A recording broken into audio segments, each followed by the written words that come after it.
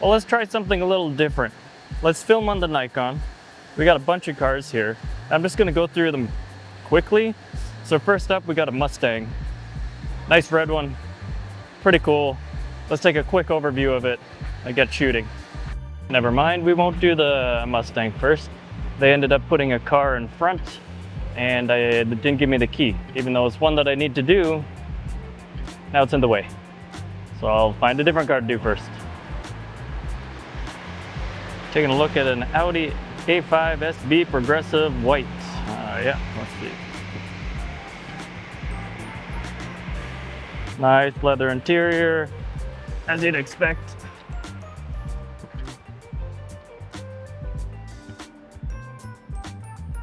Nice silver trim on the door panels and all the front. Cool, let's start her up. There's nav and nav, yeah, great.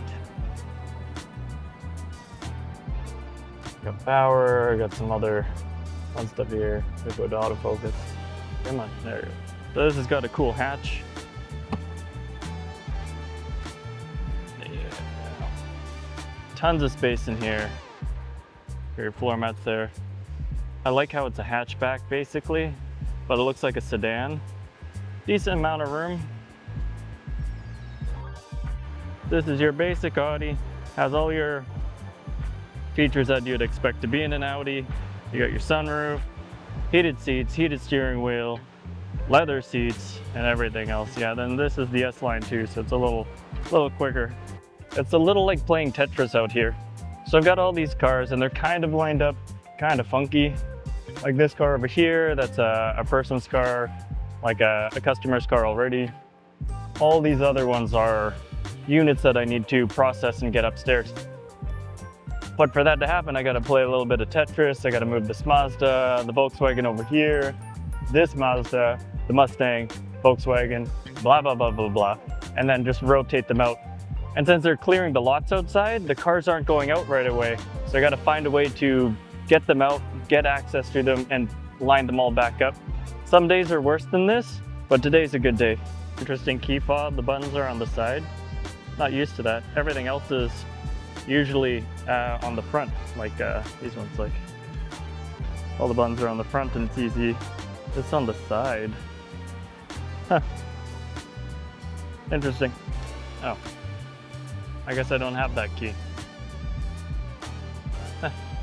Well, I'll do this one first and we'll find a spot for it after. All right, this is a Mazda CX-3. Let's get into it. Oh yeah, leather seats or leather looking seats. To be honest, like these are not my type of vehicle.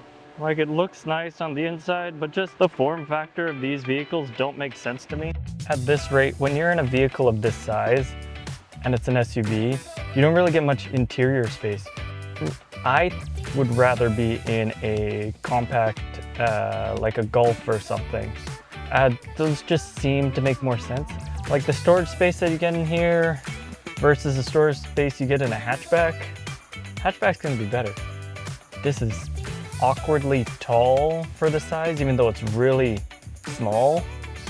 That's just my take. I personally don't like SUVs. They don't make sense. I don't know how they fit into space, even though they are the best selling vehicle on the market. People just love them. If you want to tell me why you like SUVs, let me know. The thought process escapes me. Unless you're going with the large SUVs like the Excursions or the Eddie Bauer Edition, Ford Explorers or the Explorer XLs, those ones, you carry all your family and your luggage in a contained space. That makes sense. That's the Mazda. My opinion about them, they're not my thing. Statistically speaking, the buying public loves these SUVs. The high demand is out there. This won't sit for long. So if you did see this and you're like, wow, this is amazing, go get it. It won't last long. There's so many people wanting these SUVs. Not for me, so more for you. Okay, let's get on to another car. Next we have an Audi Q3 Technic in Navara Blue. Another SUV. We've talked about these in the past, so I won't go over it too much. It's the S-Line model as well. S-Line model. It's nice, just like every other Audi, right? So you got your leather seats and everything. Big panoramic sunroof all the way to the back, 5-seater. Lots of options in this one. Honestly, we've talked about these. We've even talked about the 2025 version of this one. So like, I'm not gonna say much. I'm gonna process it really quickly for photos and then move on to the next car. See if there's something more exciting for today. Yeah, you guessed it, another Q3 right here. Good focus, there we go. The main reason I photograph so many of these Q3s and Q5s, Q whatever, the SUV line, right? The Q line. It's because they sell so much. They don't last on the lot very long because there is one for everyone. And people really like these. I know I don't. They're nice. They have all the options. They do have space. They raise you up. I guess those are good reasons to like these vehicles. And it shows in the sales. So if you want one, you probably already know you want one. Come check it out. Get the one for the right size for you. I'd lean to the Q8 just because it's the largest one and I could probably use it for what I'm doing. But don't get the compact one. Get like at least a mid-size. That'll be good. And if you're really gonna listen to my recommendation, get a sedan. But yeah, on to the next car. I'm gonna process this one as fast as possible. I think I have another couple SUVs.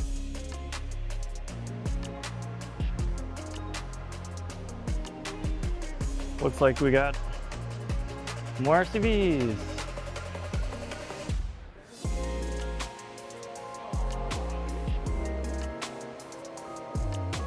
I guess one of my main gripes about SUVs is that it's not really secure storage. Like on a sedan, when you put everything into the trunk, they can't just smash a window and get it. So like one of the best things for keeping things secure is out of sight, out of mind.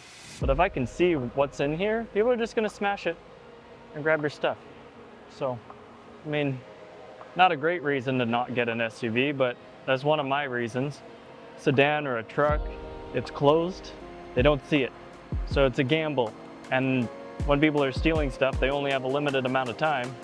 So might as well go for the for sure thing, right? Okay. Now we're at the Mustang. Personally, I like the Mustangs. I'm not exactly sure why they get so much hate. I speculate the Mustang gets a lot of hate because it's relatively affordable to get into. So a lot of younger drivers and newer drivers are running into these or running these. And that's a lot of power for a new driver. Because yeah, they don't have the driving experience yet. They don't understand how wrong things can go and how fast it can go bad. Ooh, love the sound of this one. This is the 5-liter, by the way. So this one's a quick one. I like the Mustang. I don't really understand why it gets all the hate it does, but that's my speculation as to why it does. You see a lot of these hitting crowds, you see a lot of these like, watch out, they're gonna fishtail. And I don't think it is because of the vehicle and how it's built. I think it's more of the inexperienced drivers that are able to get these as one of their first vehicles. And if you're a young guy out there, a young girl out there getting into a Mustang, it's a lot of power and you want to show off. I get it. I was there. I did stupid stuff in my BMW. I did stupid stuff in like my other cars and like, thankfully nothing horrible happened. But if I went into a Mustang, it could have, because these are a lot more horsepower than those ones. Those were like 250, 300 horsepower, and this one I think is just over 5. Yeah, maybe I'll get one of these. A couple of my friends have these. Maybe, one day. One day.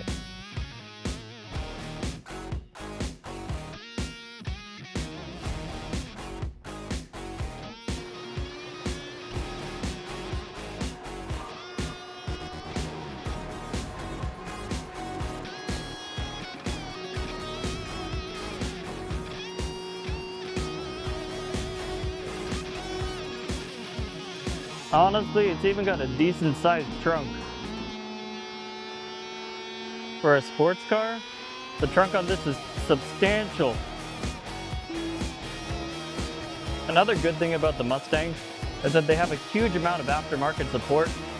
So if you're looking for a vehicle that you want to modify and want to have tons of options, wouldn't be a bad deal to check out one of these. All right, another SUV. This is the VW Taos. Just like the other one we checked out, the white one, same build, same model, just blue.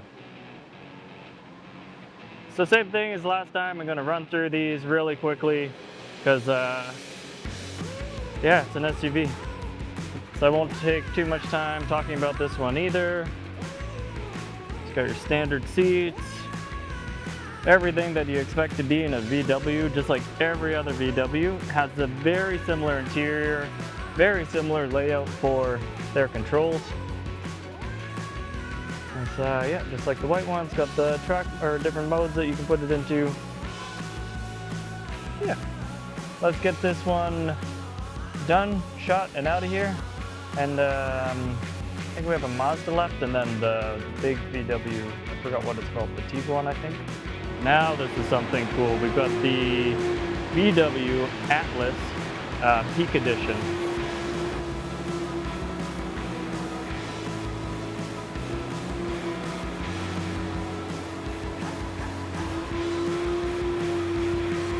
When you get into this size, like the Atlas size of SUVs, now there's a lot more space.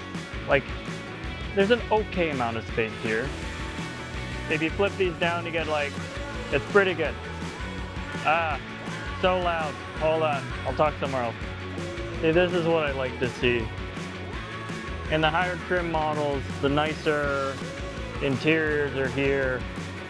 Nice design, diamond little patterns here. Nice center console with the 2-tier storage.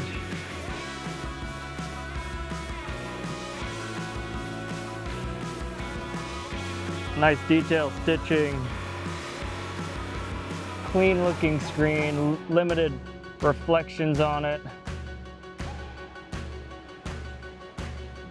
All right, this one I could work with. I can see myself going up some fire roads, some basic trail roads. Not off-road necessarily, but gravel roads or semi-unkept roads. I think this would do it fairly easily and comfortably. Like going up to the ski hills, traveling out through the mountains. I think this would be a fantastic vehicle to do those types of stuff in. I do like this one. This one and the Mustang. Those are my favorite ones from today. I do have one more after this, and I think it's a Explorer. I don't know what year it is, but I like the luxury of this one. This one is nice. This one is nice. Yeah. Check out the legroom back here. It's a ton of space. It's even got third row seating and a very nice, smooth way to open and adjust that seat out of the way to get into the back, which is nice. One-handed, not much effort. That's pretty good. Oh, look, built-in privacy screens. A lot of the Audis have this too. This is a nice little feature. With this nice little feature here, I'm like halfway set up for overlanding already. This looks like a proper sports utility vehicle. Looks like it can handle a lot of the stuff you'd throw at it. Going into the mountains or wherever. Road trips would be fantastic in this thing, I think. Oh, okay, so we got a fast Explorer. I thought it was just a regular Explorer. This is Performance Edition. This will be fun. Get yourself into a lot of trouble. Decent amount of room, 3 rows of seatings, captain seats in the back. That's nice. Oh, I can see there's subwoofer here too. Sick. One thing I really don't like is the Ford UI. It just doesn't have a really nice aesthetic. I don't like looking at it. The chimes, the bings, the sounds that it has, it's just all so annoying. I'm sure I know there's a few people out there that agree with me. there's a way to turn off all of those chimes, bings, honks, weird stuff that it always telling you about something, that would be a little better.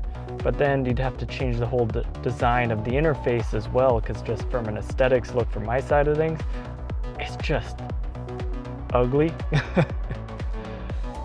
Yeah. Anyways, this is a cool SUV. Get yourself into a lot of trouble with the power behind this one. Looks like a police SUV, so pretty cool for that too, if you like that kind of thing, which I do. So anyways, this is my last car, last 2 photos, and then I'm out of here. Thank you for watching today. This was more of a day in the life instead of car reviews. If there's any cars that you want to see specifically, let me know. I'm gonna reach out to other dealerships. If you are a dealership and you need your inventory photograph, I'm your guy.